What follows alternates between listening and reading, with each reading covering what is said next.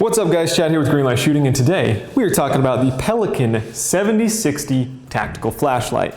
Now if you're not familiar, this flashlight, well, at least according to the Amazon page, is the official flashlight of the LAPD, I want to say. I'm pretty sure it's LAPD.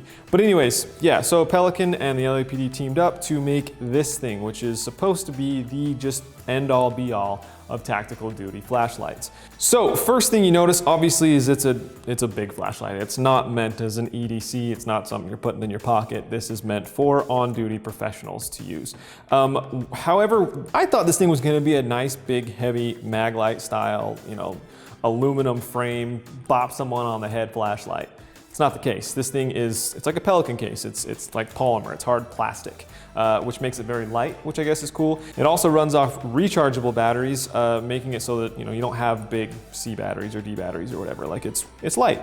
So let's check out this box for a second. This is the box that it comes in, 7060 LED rechargeable flashlight. There is an 8060 out now, but I wanted to go with the the 7060, the staple. So right here you can see that we've got 402 lumens at high output, which is not very bright. Keep that in mind. We'll touch on that in a second, but 402 is max output. 162 at medium, 18 at low. But at 402 lumens, we have 3.5 hours of light, which is pretty great, then 12, then 57, which is pretty nuts.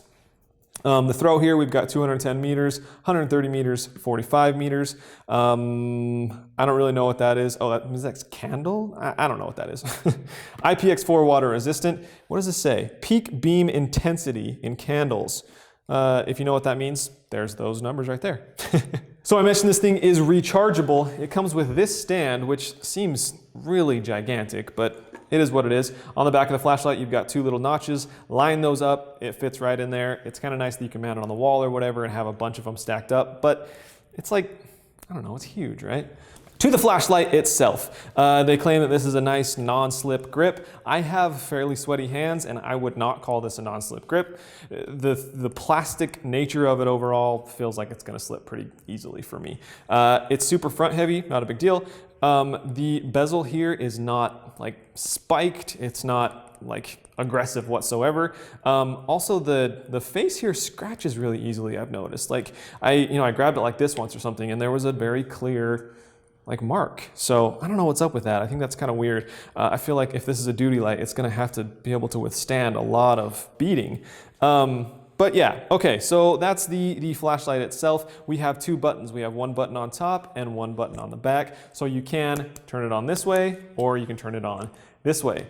Now it's kind of an interesting setup how you cycle through the different functions. There is a high, medium, low, as well as a strobe.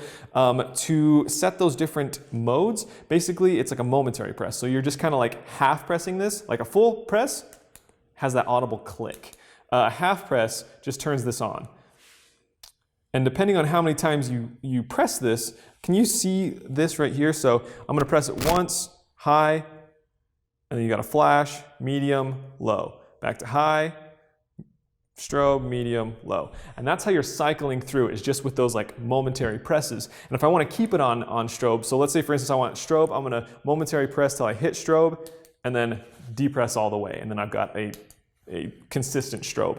When I turn it back on, I'm just back to high. Now there are like 4 different modes you can set them to, like depending on how many momentary presses, you have different modes. One cycles through all of them, one is just high only, one is, I don't know, there's a couple different modes if you don't want to be able to cycle through them.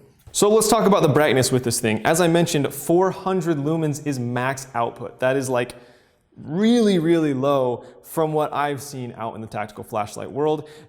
I guess it's bright, I don't know. It doesn't seem that bright to me. Like this, I have just my little EDC light right here, which I mean isn't super bright, but that's high on that thing. That's high on that thing. So it's a little bit brighter than this, but let me grab one more flashlight for test. Here is a Nightcore searchlight. Now this one's obviously much, much brighter, but again, to give you an idea, that is high output with the Pelican. That is high output with the searchlight. Significantly, significantly brighter, as you can see. I want to say this one claims like 2,000 lumens though, so 4 times as bright. But in terms of actual practical use, this thing feels like a a small flashlight, maybe to clear a room or something like that, a little house. This thing you're throwing up like in the middle of the woods kind of thing. Like you can light up trees. You're just lighting up interior rooms, I think, with this. I feel like I'm talking down on this light. I don't mean to talk down on it. It does seem like a fine light, but for $130, I guess I'm just a little upset with it. Like it doesn't seem like it's not a aggressive light whatsoever. You know, with a mag light or something, it's heavy enough to where, you know, something happens, you can use it as a baton. You know, with some of the other tactical flashlights, this thing is nice and sharp and rigid, and you can ram that into something. This does not seem like it's going to be used as a weapon whatsoever. Not that it has to be, but just keep that in mind. The nature of the rechargeable battery, I personally like. I think it's cool, and then it's got 3.5 hours of runtime at the highest setting is pretty nice. When I charged it, it seemed to charge in a couple hours, so not long charging. But I will say that I'm not a huge fan of, like, you know, what if you're in, you know, a blackout or whatever, and you want to replace the batteries? Like, you can't plug this in to recharge it. I feel like there should be a way to throw actual normal batteries in it. If you unscrew one of these portions, you can replace the actual, like, that's what's inside it. You can replace the actual, like, lithium-ion battery, but I don't really know how. I would just like to see it able to take backup AA's or something, or CR123s or whatever, just in the case where you cannot charge this thing and you don't want to replace it with another rechargeable lithium-ion, it can take normal everyday batteries. I don't really have much else to say. The thing is, of course, durable. It's made by Pelican. It's water resistant. It can take a beating in terms of the body, I would assume, being polymer. It's very, very light, which is a nice pro about it.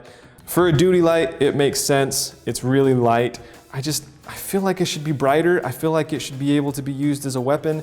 And this whole like momentary press thing, maybe that's normal in the duty world, but for me, it's awkward. I feel like there's a lot of really good lights out there for $130, but if you're looking for one that's incredibly light, that recharges pretty quickly, that's obviously reliable, that can take a beating on the body itself, I think this is a good option.